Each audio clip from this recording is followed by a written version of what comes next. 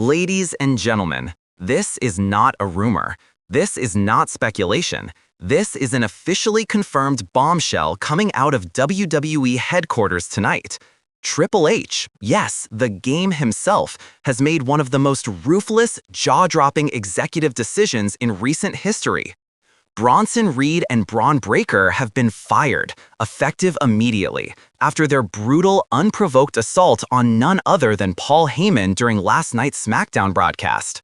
This shocking decision has sent the entire wrestling world into chaos, locker rooms divided, superstars enraged, and fans worldwide demanding answers. What led to this historic fallout? What does this mean for the Bloodline's future? And is Triple H truly finished with Breakker and Reed? Or could this just be the calm before an even darker storm? Hello viewers, if you're new here, please don't forget to like and hit the subscribe button for daily updates on WWE Raw. Stay with us, because what you're about to hear will shake the very foundation of WWE. This is WrestleScope. And tonight, we expose the chaos, the fury, and the truth behind Triple H's shocking firings after that vicious attack on Paul Heyman. The incident, Paul Heyman's betrayal and beatdown. To understand how we got here, we have to rewind to the closing moments of SmackDown. Paul Heyman, visibly nervous, visibly haunted, had been standing in the ring to address the growing chaos surrounding Roman Reigns' absence and the internal collapse of the Bloodline. He had barely uttered the words "acknowledge me" when the unthinkable happened. From out of nowhere, Bron Breakker's music hits. And within seconds, that raw, uncontrollable energy filled the arena. Breakker stormed the ring, his face twisted with rage, and, right behind him, the 330-pound powerhouse Bronson Reed followed, looking like a man possessed. Heyman, the legendary strategist, the mouthpiece of empires, had no time to react. The crowd erupted in confusion, thinking maybe it was a warning, maybe a message. But it wasn't a message. It was a statement. Breakker speared Paul Heyman out of his shoes, one of the most violent, spine-snapping spears we've ever witnessed. And before officials could even reach the ring, Bronson Reed followed up with a tsunami splash that left Heyman completely motionless on the canvas. The arena went silent. Michael Cole screamed for help. The crowd, stunned, had no idea what they had just witnessed. This wasn't just a beatdown, this was a symbolic execution. Two of WWE's most feared young monsters, unleashing their fury not on a rival superstar, but on Paul Heyman, one of the most protected, respected figures in professional wrestling history. The aftermath, chaos in the back. The moment the cameras cut to commercial, all hell broke loose backstage. Producers, referees, and security swarmed the area. Paul Heyman was stretchered out of the arena, neck brace, oxygen mask, motionless. Reports confirmed later that night that Heyman suffered multiple internal injuries, potential rib fractures, and severe concussion symptoms. Triple H, who had already left the building after final production meetings, was called immediately. And according to sources inside WWE's executive branch, his reaction was instantaneous. Suspend them both indefinitely, then get me their contracts. But by midnight, the suspension turned into something far more brutal. At 12:47 a.m. Eastern Time, Triple H personally authorized the termination of both Bronson Reed and Bron Breakker, citing conduct detrimental to the company and reckless endangerment of WWE personnel.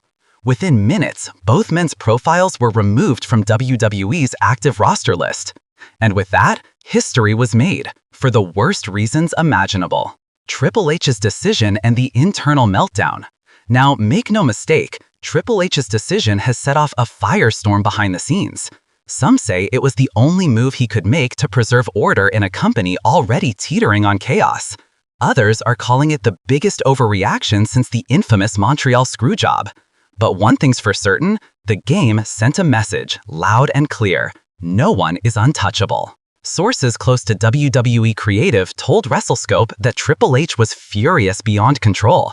Apparently, Heyman had been working closely with Creative to rebuild the Bloodline storyline after Roman Reigns' absence, and Breakker and Reed's attack didn't just jeopardize that vision, it completely derailed months of storyline planning.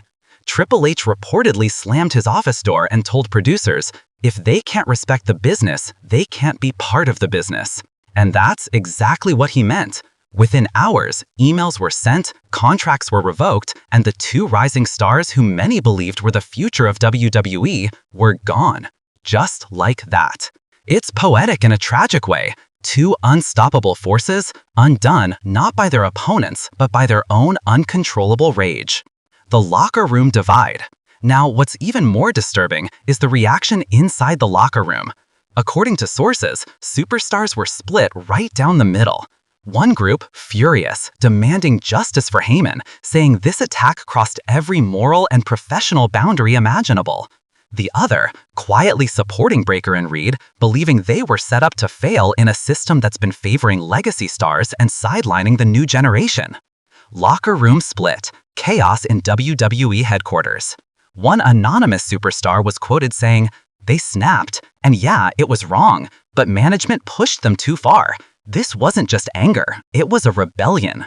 Rebellion or not, it's one thing to attack a rival, it's another to destroy a man who's been part of this business longer than you've been alive.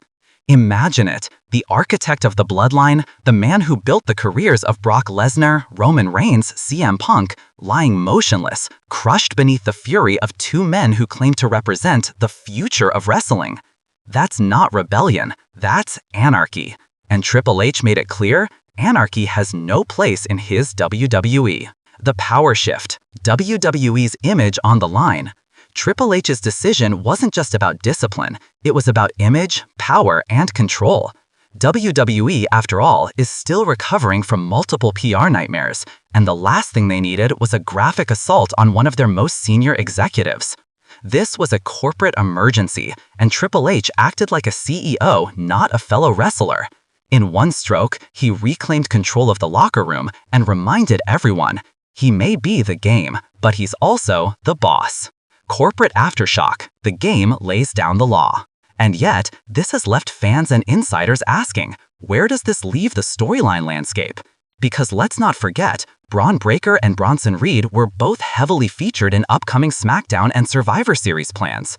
Their sudden removal forces WWE creative to rewrite weeks, possibly months of television. So now the question is, does this firing weaken WWE's momentum, or will it set a precedent that strengthens Triple H's iron-fisted rule over the roster? Either way, one thing is undeniable, the balance of power has shifted, and it may never shift back. Paul Heyman's condition and possible return. Let's talk about Paul Heyman. At last update, sources close to Heyman confirmed that he's recovering under strict medical supervision. Doctors expect a long recovery time, but Heyman, known for his mental resilience, is reportedly already demanding to speak with Triple H to finish what was started. And knowing Paul Heyman, that could mean anything. Heyman rising after the beatdown. This man has survived The Undertaker, Brock Lesnar, and decades of corporate warfare. It's going to take more than a tsunami splash to silence Paul Heyman for good. And when he returns, you can bet he'll have vengeance on his mind. The question is, vengeance on who? On Breakker and Reed, or on Triple H, the man who made the final call to end their careers before Heyman could even speak? Because if there's one thing we've learned about Paul Heyman, he never forgets, and he always gets even. The unknown future of Breakker and Reed. So what happens next for Bronson Reed and Bron Breakker? Are they done, or is this just the beginning of something far darker outside WWE walls? Multiple independent promotions and rival organizations are already watching closely. Both Breakker and Reed are massive talents, monsters in every sense of the word. And history tells us, monsters don't stay buried for long. But what kind of message does it send when the supposed future of WWE turns its fury inward? What happens when the next generation stops fighting their rivals and starts fighting the system itself? This isn't just a firing, it's a fracture. A crack in the foundation of WWE's future. The analysis, Triple H's new era of discipline. This moment could define the rest of Triple H's legacy as a leader. He's been praised for giving superstars creative freedom, but also criticized for being too loyal, too lenient, too old school in a world that's become unpredictable. But tonight, he drew a line in the sand. And by firing Breakker and Reed, Triple H has declared a new era of discipline in WWE. the game's new order. No matter how strong you are, no matter how big your fan base is, if you cross the line, if you disrespect the code, if you endanger the people who built this company, you're done. That message isn't just to the roster, it's to everyone watching. And yet, it comes with a price. Because every time a ruler tightens his grip, rebellion grows stronger. We may have seen the end of Breakker and Reed in WWE, but make no mistake, this story isn't over. It's only begun. Final words and call to action. Paul Heyman, broken but unbowed. Triple H, reclaiming control through fire and fury. And Bronson Reed and Bron Breakker, cast out of the kingdom they tried to conquer. This is professional wrestling at its most unpredictable, its most chaotic, and its most human. Its power, its ego, its rage, and it's playing out right before our eyes. Do you think Triple H made the right call firing Breakker and Reed?